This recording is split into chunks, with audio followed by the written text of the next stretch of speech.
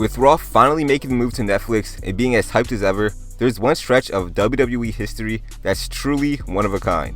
The guest host era of Monday Night Raw.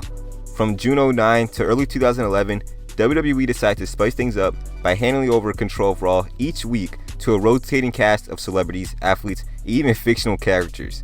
The concept was wild, unpredictable, and downright ass. In 2009, Raw was in a transitional phase. Ratings were solid, but WWE was looking for ways to get more mainstream attention and crossover appeal. Enter the guest host concept. The idea was simple. Each week, a celebrity would take over as the show's figurehead, making matches, interacting with talent, and generally being the star of the night. It kicked off with a bang, not gonna lie, on the first ever one, with the first host being Batista. While Batista was already a wrestler, his hosting was a trial run for the bigger celebrities. As the next week, WWE brought in legend Ted DiBiase Sr. The nostalgia factor worked like a charm, and fans were low-key intrigued by the possibilities. Shortly after, Donald Trump sold Raw back to Vince, but introduced the guest host concept as a part of the deal. What followed was a whirlwind of appearances ranging from Hollywood stars to sports icons to I don't even know. When it worked, the guest host era was pretty fun and gave us some moments. You had Shaq squaring up with the Big Show that had everyone hyped and had people still thinking up to a few years ago that they were going to have a WrestleMania match.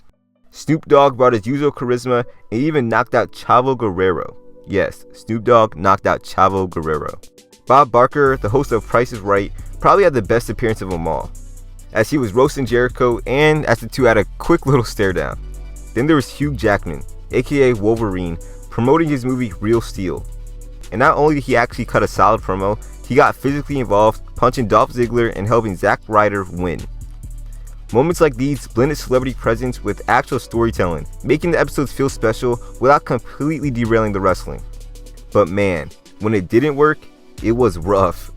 WWE often brought in celebrities who had no idea what they were doing, let alone had no idea about wrestling. Or worse, didn't care about wrestling.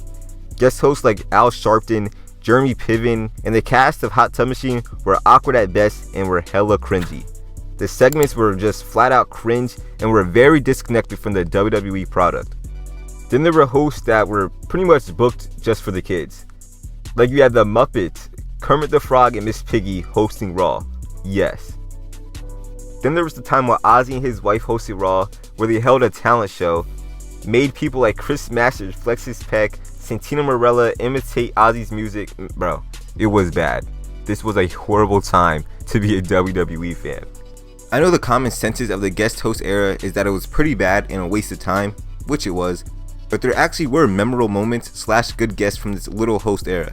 Jerry Springer, the king of late night shows in the 90s, and someone whose show was basically the reason the Attitude Era was booked the way it was also a guest. The segment they did involved the wrestlers was pretty funny, and at the end, Jerry got ambushed by Mae Young. Dude's a trooper for sure, RIP. We had to my genuine shock Cheech and Chong, and this is peak fresh PG WWE TV. They even did a segment where Cheech got some of the roster high. Then we had really random hosts like Chris Angel, McGruber, and Buzz Aldrin. Yes bro, the second man to ever touch the moon on Monday Night Raw. And after seeing the amount of different hosts and the amount of just random hosts, it was kind of clear WWE wanted to turn Raw into some type of SNL Tonight Show wrestling hybrid, and it didn't work.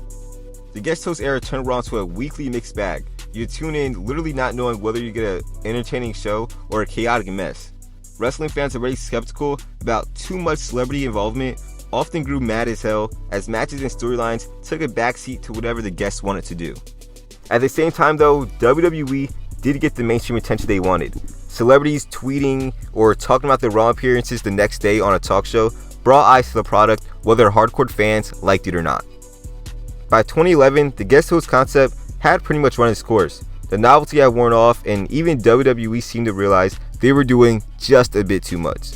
Like, just look at this list from guest hosts from 2009 to 2011. It's insane that they went along with this. Looking back, this era was truly an experiment with highs and lows. And for every Bob Barker or Shaq or Hugh Jackman, there was a dozen forgettable moments. And often, quiet crowds. But love it or hate it, this era truly showed that WWE are willing to do pretty much anything when it comes into trying to reel in a casual viewer.